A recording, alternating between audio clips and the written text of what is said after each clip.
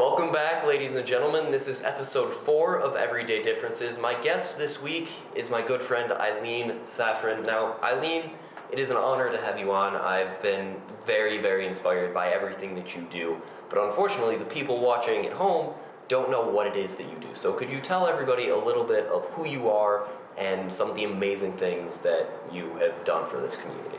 I am the founder and CEO of The Gathering Place, and The Gathering Place is a cancer support community that is in Greater Cleveland.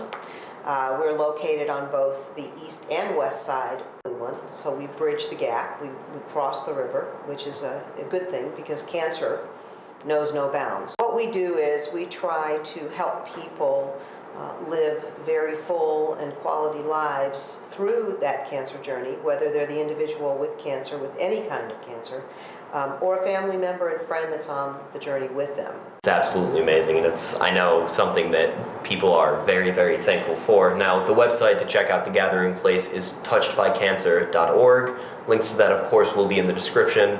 Definitely going to tell people to check out everything you do. You do some amazing things, but there has to be a start to all of the amazing things that people do. I mean, what really got The Gathering Place started? I set out to try to fill the need, the part of the whole continuum of care that had to do with the pieces that were non-medical. The Gathering Place does not do treatment, nor give advice, nor diagnose.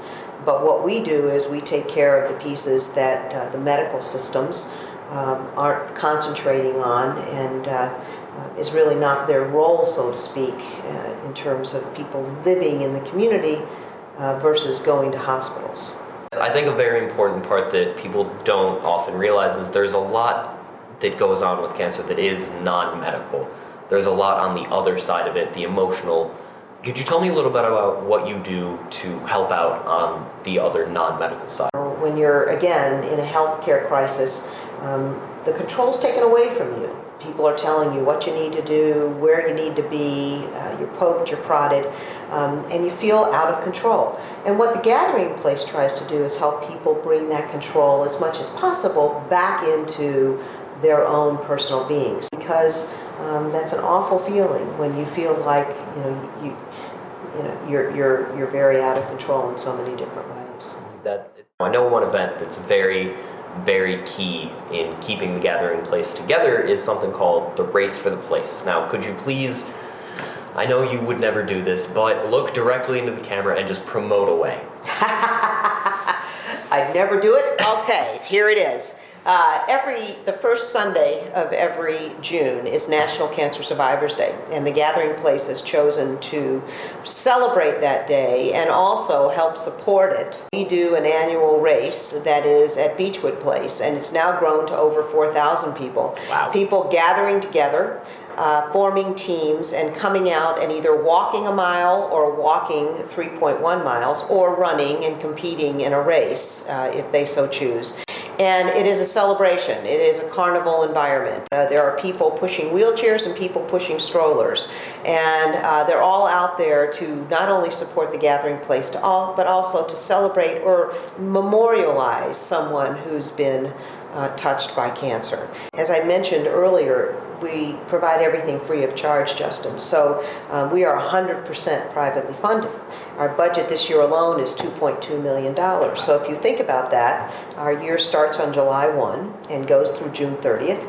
And everything we do, we raise the funds to be able to do. So Race for the Place is one of the ways that people in the community can get involved and whole families can get involved and support us. Very nice. If you want to go ahead and check out Race for the Place, links of course will be in the description of this video. For a person who has just learned that either themselves or a family member or somebody close to them has been diagnosed with cancer, what piece of advice would you have for them? I think that one of the important things for anyone is to never feel alone. The other is to get educated. Find out information about your own particular situation so that you can make educated decisions and be a part of the decision-making process. And the other is always take someone with you to appointments if you can. Well, Eileen, it is that time. It is time for the question round. Question round works is just, I'm going to ask you some silly questions and you're going to give me the greatest answers you possibly can. Eileen, what would I find if I went into your refrigerator right now? Well, if you went in the freezer, you would find a couple of bottles of tequila. And if you went in the refrigerator part, you'd find beers to go along with those shots. So those for sure you would find. You'd probably find some healthy foods too. You'd find some berries and some fruits and a little protein and turkey and those kinds of things. But you definitely would find the beer and tequila. And again, if you could invent your own superhero and be that superhero, what would your superhero name and logo be, and what would your superpower be? I would probably be, a Pac-Man that was able to be ingested and eat up all of those bad cancer cells. There's a lot of imagery that goes along with that. So I think I'd be that Pac-Man that would be available to people that you'd call upon when you needed to eradicate that toxic stuff in your system so that it didn't harm that good stuff that's going on. That's what I think I'd probably be.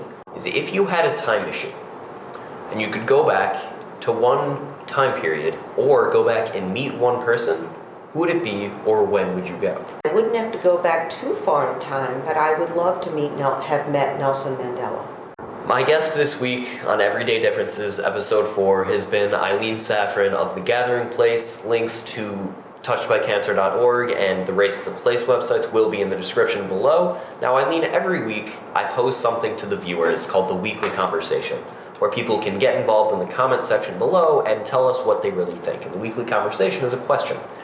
In the spirit of yesterday being Martin Luther King Day, the Weekly Conversation is, what is your dream?